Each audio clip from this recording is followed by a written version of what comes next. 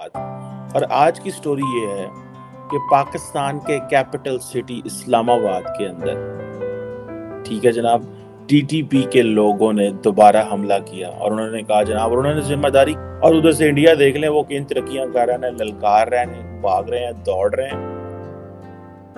अब चाइनीज जो है वो उनको समझ नहीं आ रही उन्होंने क्या करना है, वो जा रहे हैं, वो निकल रहे हैं आहिस्ता आहिस्ता। ये तो शुक्र करें चाइनीज जो है वो एक अथॉरिटेरियन स्टेट है। इंतहाई शर्म की बात है, डूब मरना चाहिए हमें कि हम अपने मुआशरे के साथ, रियासत के साथ हमने क्या किया। डूब मरने वाली बात है। और अब वो यानी इसका मतलब ये है कि वो इस्लामाबाद के अंदर तक पहुंच गए हैं। इस्लामाबाद में अब कोई महफूज नहीं है और इस किस्म के ब्लास्ट अब होना शुरू हो जाएंगे। ये भी कहा जा रहा है ये देखने के कि किस तरह के अटैक्स जो हैं वो पाकिस्तान में किए जा रहे हैं, शुरू हो चुके हैं। और जब आपका कैपिटल ही महफूज ना हो तो बाकी चीजों के बारे में आप क्या कह सकते हैं। बाकी सिटीज को आप किसी तरीके से भी ये नहीं कह सकते कि वो बॉस। अफगानिस्तान के अंदर पाकिस्तान में कार्रवाइयों के लिए खुदकश हमला आवरों की भर्ती की जा रही। ये पेशावर में भी है, ये कराची में भी है, ये क्वेटा में भी है, ये लाहौर में भी है, ये इस्लामाबाद में भी है, ये हर जगह मौजूद है। लेकिन जहां पे इनका हाथ चलता है वहां पे ये अपनी कार्रवाई करके चलते हैं।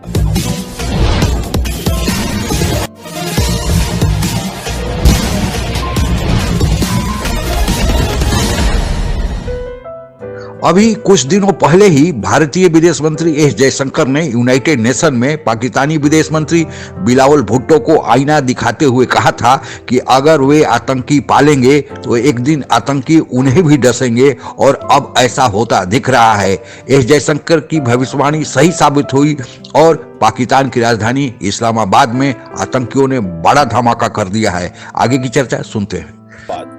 और आज की स्टोरी ये है कि पाकिस्तान के कैपिटल सिटी इस्लामाबाद के अंदर, ठीक है जनाब, टीटीपी के लोगों ने दोबारा हमला किया और उन्होंने कहा जनाब, और उन्होंने जिम्मेदारी कबूल की है और उन्होंने कहा कि हमारा जो हमारे सरकर्दा रहनुमा जो थे, उमर खालिद खुरासानी जो थे, उनको मारे जाने की वजह से ये हमला मौलाना हबीबुर रहमातुल्लाह ने अंजाम दिया।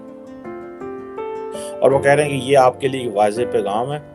ये वो अपने आप को कह रहे हैं हम अल्लाह के शेर हैं और तुम लोग जो है इस्लाम दुश्मन हो, यानी वो सारे पाकिस्तानियों को इस्लाम दुश्मन कहते हैं। अब देखें ना, इसके ऊपर भी बात बंदा क्या बात करे कि हम मुसलमान जो जितने भी पाकिस्तानी, हम इन दहशतगर्दों को इस्लाम दुश्मन कहते हैं, ये हमें इस्लाम दुश्मन कहते हैं। और उधर से इंडिया देख लें, वो किन तरक्कियां कर रहे हैं, ललकार रहे हैं, भाग रहे हैं, दौड़ रहे हैं। अब चाइनीज जो है वो उनको समझ नहीं आ रही उन्होंने क्या करना है, वो जा रहे हैं, वो निकल रहे हैं आहिस्ता आहिस्ता।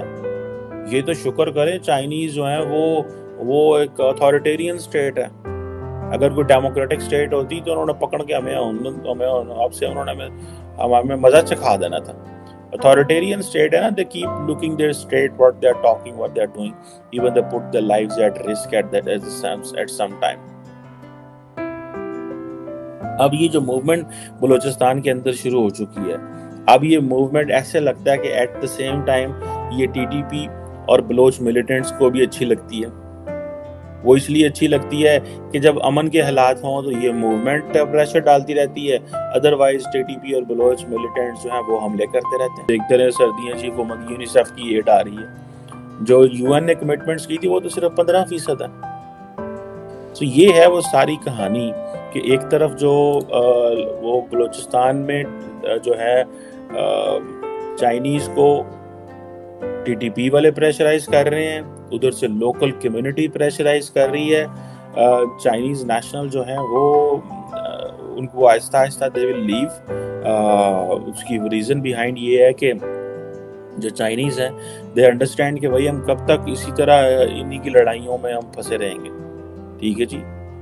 तो जी आज सुबह इस्लामाबाद के सेक्टर I-10 में जो है एक गाड़ी में ब्लास्ट हुआ है और कहा ये जा रहा है कि उसके अंदर 2 टेररिस्ट थे जिनका के आज जैसे कि जुम्मा है और जुम्मे को अक्सर ऐसा होता है कि जुम्मे की नमाज के लिए लोग कई जगह पे जमा होते हैं और कहा ये जा रहा है कि अंदाजा ये है पुलिस का कि ये गाड़ी जो है वो कहीं ना कहीं ऐसी जगह जाने वाली थी जहां पे क्राउड हो और वहां जाकर इन्होंने कोई ब्लास्ट करना था। कहते हैं कि तालिबान के साथ टर्म्स अच्छे हैं, तो ये कौन से तालिबान है जिसके साथ पाकिस्तान की दोस्ती यारी चल रही है, क्योंकि आज जिस तरह का ब्लास्ट हुआ है कहा यही जा रहा है कि ये कहीं ना कहीं टीटीपी वालों का काम लग रहा है और अब वो यानी इसका मतलब ये है कि वो इस्लामाबाद के अंदर तक पहुंच गए हैं। इस्लामाबाद में अब कोई महफूज नहीं है और इस किस्म के ब्लास्ट अब होना शुरू हो जाएंगे, ये भी कहा जा रहा है। ये देखने के कि किस तरह के अटैक्स जो हैं वो पाकिस्तान में किए जा रहे हैं, शुरू हो चुके हैं और जब आपका कैपिटल ही महफूज ना हो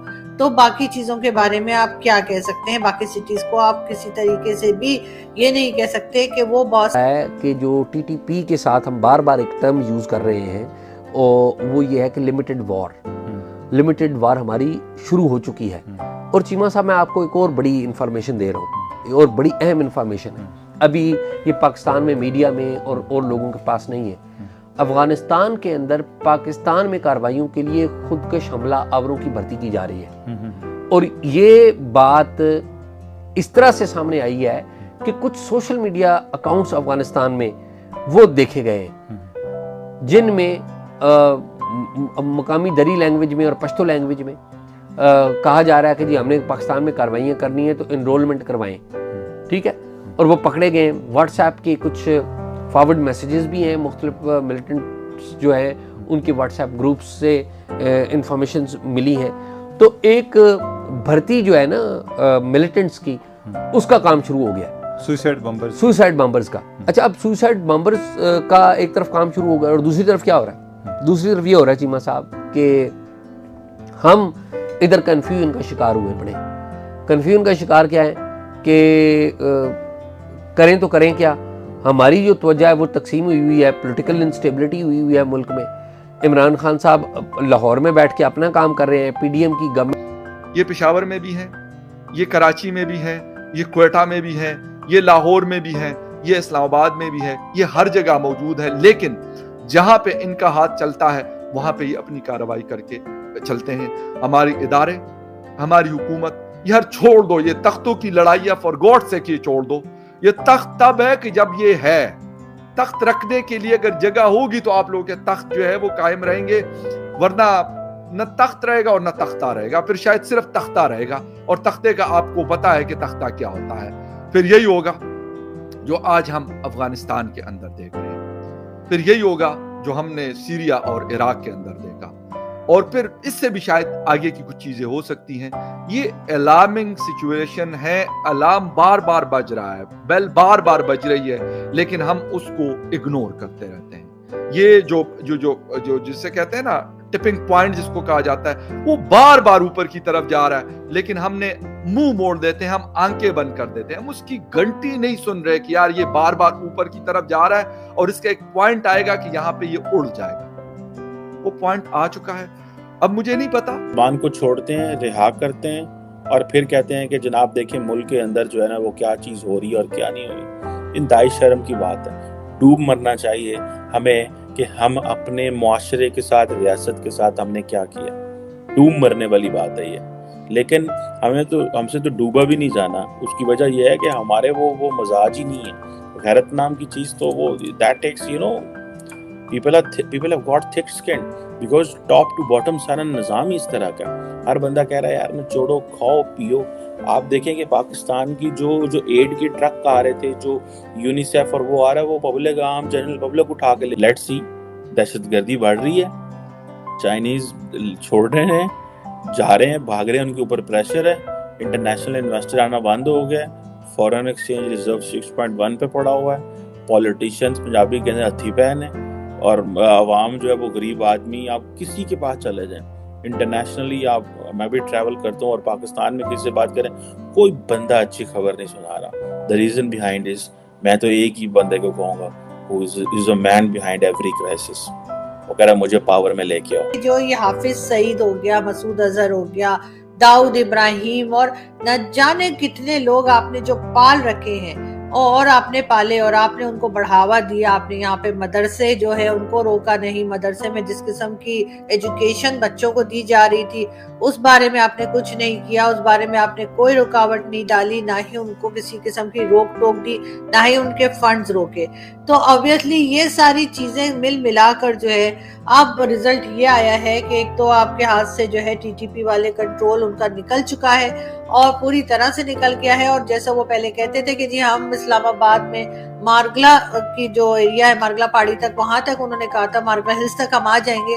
तो अब वो लगता यही है कि वो उसी के ऊपर काम कर रहे हैं और जगह जगह पे अब ब्लास्ट की जो न्यूज आई है उस तरह से इससे यही लग रहा है कि वो जगह जगह इस किस्म के अटैक्स जो है कहना चाहिए इम्पोर्टेंट और बहुत ज्यादा सेंसिटिव किस्म के न्यूज पाकिस्तान की तरफ से आई है। और इसके बाद आगे हम देखते हैं कि किस तरह से पाकिस्तान में इसको कंट्रोल किया जाता है, किस तरह से इसको संभाला जाता है।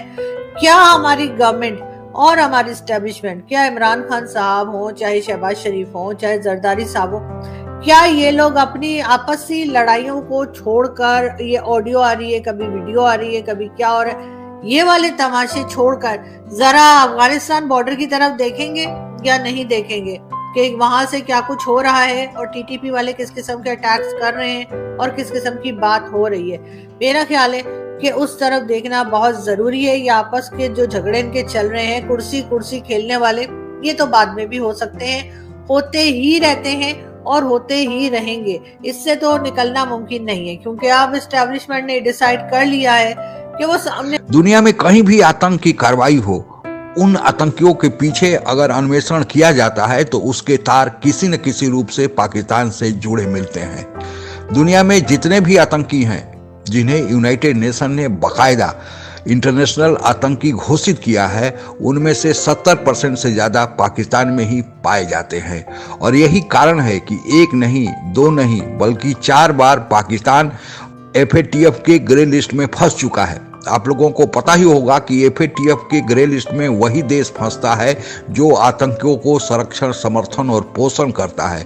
भारत भी आतंकवाद का शिकार रहा है, लेकिन 5 अगस्त 2019 को जब भारत ने जम्मू कश्मीर का विशेष दर्जा समाप्त किया और पूरे जम्मू कश्मीर क्षेत्र को केंद्रीय शासन के अधीन ले लिया, तब से आतंकी कार्रवाइयों में बहुत ज्यादा कमी देखने को मिली है। और यही बात अब पाकिस्तान के गले नहीं उतर रहा है, लेकिन पाकिस्तान फिर भी बाज नहीं आ रहा है।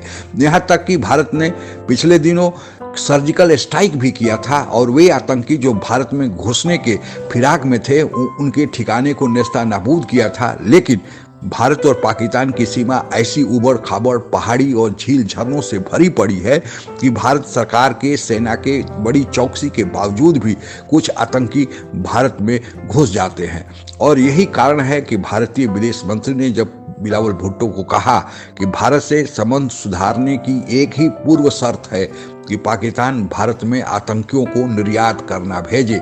और आप लोगों को पता ही होगा कि इसके पहले भी अमेरिकी विदेश मंत्री हिलरी क्लिंटन ने पाकिस्तान को भरपूर प्रताड़ना करते हुए कहा था कि पाकिस्तान यह समझता है कि वह सांप जो पाल रहा है वह केवल पड़ोसियों को डसेगा, एक दिन वही सांप पाकिस्तान को डसेगा।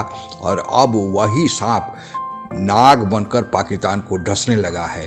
जो अफगानिस्तान में आतंकी कार्रवाई सोवियत संघ के विरुद्ध पाकिस्तान ने अमेरिका के कहने पर शुरू किया था, अब वे आतंकी पाकिस्तान के गले की हड्डी बन रहे हैं और उसमें उनको साथ मिल रहा है बलूचिस्तान लिबरेशन आर्मी का, जो बहुत लंबे समय से पाकिस्तान से पूरे बलूचिस्तान प्रांत को अलग होने की मांग कर रहे हैं और उनकी मांग जायज भी है।